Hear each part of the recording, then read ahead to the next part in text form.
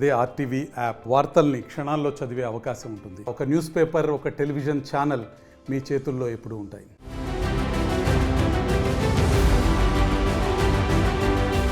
RBI ఆంక్షలతో పతనమవుతున్న Paytm share మళ్లీ పుంజుకుంటోంది. సంస్థ మనుగడపైనే అనుమానాలు వస్తున్న నేపథ్యంలో Paytm boss Vijayasekhar Sharma X వేదికగా ఓ పోస్ట్ పెట్టారు. ఇండియాలో పేటీఎం క్యూఆర్ సౌండ్ బాక్సులు పనిచేస్తూనే ఉంటాయని అందులో స్పష్టంగా చెప్పారు. ఈ మేరకు ఓ పత్రికలో వచ్చిన ప్రకటనను కూడా తన పోస్ట్ లోనే షేర్ చేశారాయన. ఇవాళ రేపు ఎల్లప్పుడూ పేటీఎం చేయండి అంటూ పోస్ట్ లో రాసుకొచ్చారు.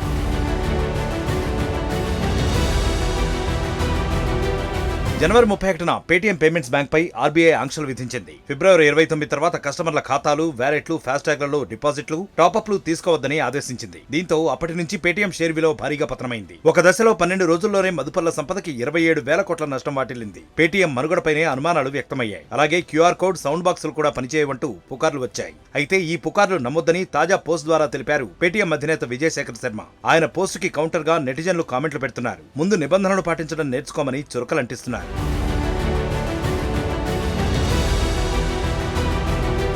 మరోవైపు పేటీఎం వినియోగదారుల్లో గందరగోళం నెలకొన్న నేపథ్యంలో గడువును ఫిబ్రవరి 9 నుంచి మార్చి 15 వరకు పొడిగించింది ఆర్బీఐ. అదే సమయంలో నిన్ననే పేటీఎం మరో కీలక ప్రకటన చేసింది. మర్చెంట్ పేమెంట్ సెటిల్మెంట్ కోసం దిగ్గజ ప్రైవేట్ బ్యాంకుల్లో ఒకటైన యాక్సిస్ బ్యాంకుతో డీల్ కుదుర్చుకుంది. ఈ మేరకు 197 కమ్యూనికేషన్ తన నోడల్ అకౌంట్ ను పేటీఎం పేమెంట్స్ బ్యాంకు నుంచి ఇప్పుడు యాక్సిస్ బ్యాంకు మార్చింది. దీంతో పేటీఎం క్యూఆర్ కోడ్ సహా Paytm sound box, Paytm card machine సేవలు కూడా ఇలా అన్నీ కూడా మార్చి 15 తర్వాత వ్యాపారులకు యథావిధిగా కొనసాగుతాయని తెలిపింది సంస్థ. నోడల్ అకౌంట్ అంటే సంస్థ ఖాతాదారులు, వ్యాపారుల లావాదేవీలన్నింటినీ ఈ అకౌంట్ ద్వారా సెటిల్మెంట్ చేస్తారన్నమాట.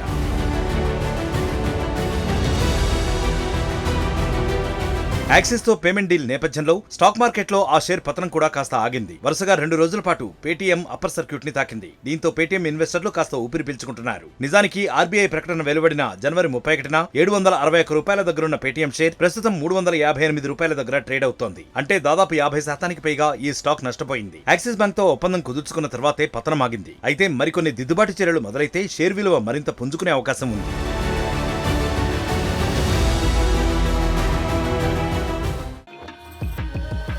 5 శతాబ్దాల మన అయోధ్య రామ మందిరం కల సాకారం చేసిన శ్రీ ప్రధాని నరేంద్ర మోదీ గారి సందేశంతో బీజేపీ విజయ సంకల్ప సభ మీ ముందుకు వస్తుంది. ఫిబ్రవరి 20 మంగళవారం ఉదయం 11 గంటలకి భైంసా, తాండూర్, భువనగిరి, మక్తల్ నుండి యాత్రలు ప్రారంభం. రండి, తరలి రండి లక్షలాదిగా. వికసిత్ భారత్ సంకల్ప సాకారంతో తెలంగాణ భాగస్వామ్యాన్ని పెంచండి. మళ్లీ మోదీ గెలవాలి, మన ప్రధాని కావాలి.